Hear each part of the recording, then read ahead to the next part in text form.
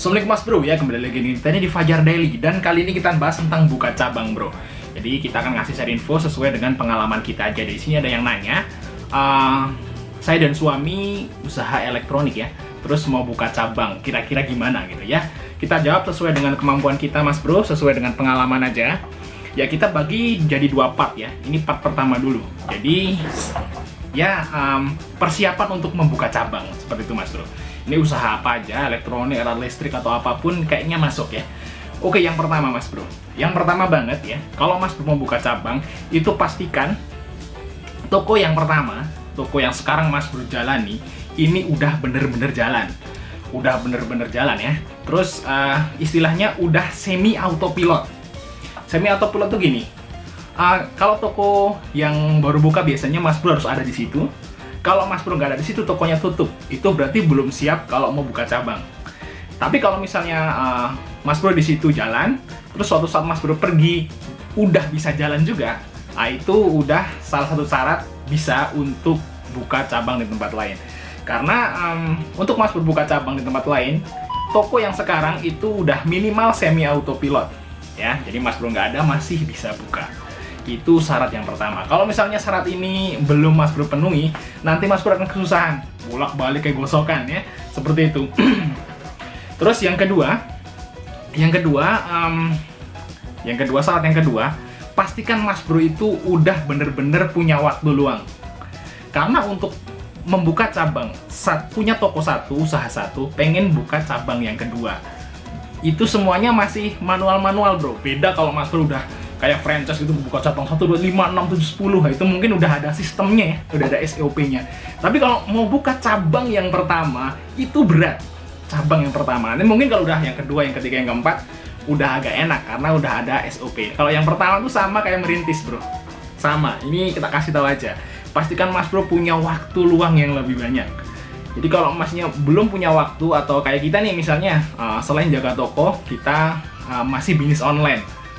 Jadi walaupun udah punya kemampuan buat buka cabang, kita entar dulu deh. Kita udah punya 2 bisnis soalnya. Jadi masalah waktu belum bisa kalau mau buka cabang seperti itu ya. Jadi Mas Bro harus bener-bener siap waktu. Ya. Terus yang selanjutnya,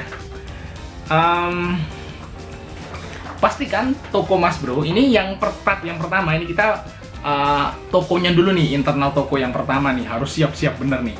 Jadi yang ketiga, Mas Bro harus tokonya ini harus bener-bener profit Mas Bro tiap hari. Jadi kalau toko Mas Bro ini ya baru buka 6 bulan gitu ya, atau setahun langsung mau buka cabang walaupun modalnya ada, mungkin tokonya yang Mas Bro ini belum terlalu profit ya. Mungkin aja hari ini belum profit, besok profit tuh belum bisa untuk buka cabang Mas Bro. Ya harus bener-bener toko Mas Bro itu profit tiap hari atau untung gitu, baru Mas Bro buka cabang. Jangan sampai kita itu buka cabang itu cuman buat gaya-gayaan. Ada loh, wih toko gua nih baru 6 bulan udah punya cabang 2 ya. Padahal belum siap, toko yang pertama pun belum jalan, masih terseok-seok gitu ya, namanya juga toko baru, dia udah buka cabang. Kebanyakan kalau yang seperti ini nih bisa hancur dua-duanya bro. Yang cabang nggak jalan, yang utama nggak jalan, akhirnya bangkrut semua.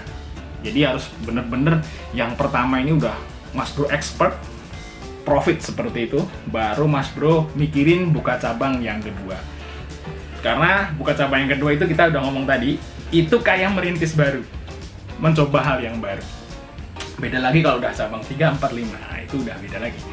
Terus yang keempat, ini penting juga. Yang keempat, Mas Bro harus punya cukup modal. Nah, sama kayak Mas Bro waktu merintis usaha dulu, modalnya berapa? Misal, kita buka toko listrik modal 50 juta. Nah, otomatis Mas Bro buka cabang yang kedua, itu minimal punya 50 juta yang berbeda dengan toko Mas Bro yang pertama.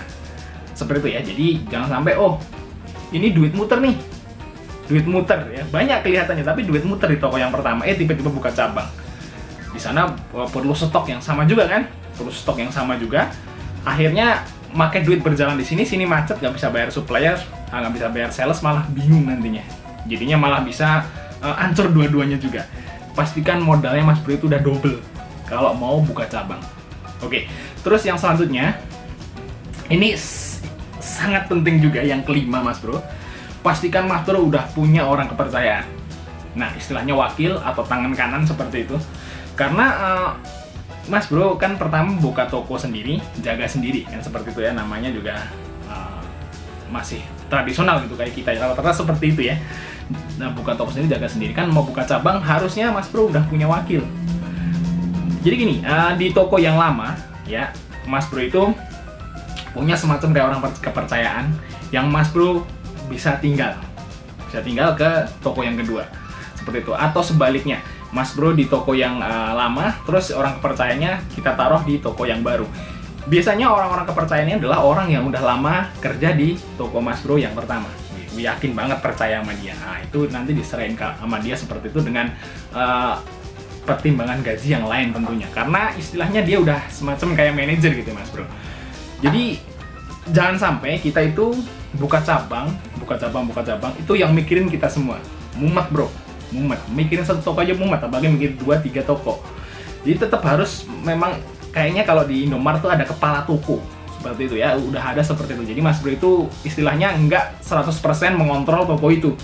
Jadi Mas Bro cuma ke situ berapa hari sekali gitu loh, udah seperti itu bro. Jadi pastikan Mas Bro itu punya orang kepercayaan. Dan kita ulangi lagi, kalau yang buka toko itu benar-benar dipastikan harus siap bener bro kalau mau buka cabang ya. Karena apa namanya, ini banyak banget kejadian ya, toko yang pertama udah jalan, terus dia pengen ekspansi nih, pengen dapat profit lebih. Akhirnya dia toko yang pertama itu udah jalan, udah profit, tapi belum terlalu siap dianya, terus dia maksain diri buat buka yang kedua. Nah, dia fokus tuh yang di toko yang kedua, fokus tuh. Toko yang pertama malah ditinggal gitu maksudnya, nggak terlalu diurus, padahal itu udah jalan ya. Jadi ya toko kedua berhasil, toko kedua udah setahun 2 tahun profit, tapi toko yang pertama malah hancur. Ya sama aja, Mas Bro cuma punya satu toko, malah istilahnya itu capek gitu loh. Ngapain buka toko baru yang jalan tapi toko lama hancur? Samanya punya satu toko, udah kita ngeluarin tenaga lebih, tenaga ekstra, modal ekstra, waktu ekstra kan gitu. Ujungnya cuma punya satu toko doang. Jadi bener-bener ini harus, sebelum masuk buka cabang itu bener-bener internalnya itu siap banget sesuai dengan poin-poin yang kita kasih itu Mas Bro. Siap banget gitu, jangan sampai setengah-setengah. Karena buka cabang itu ya agak susah. Ya karena ya namanya belajar lah ya. Buka cabang pertama kan belajar masih kayak sama kayak buka toko baru seperti itu Mas Bro. Ya ini part yang pertama, nanti untuk tips untuk buka cabangnya kita akan kasih di part selanjutnya yang ini Mas Bro. Oke, sampai ketemu di video part kedua.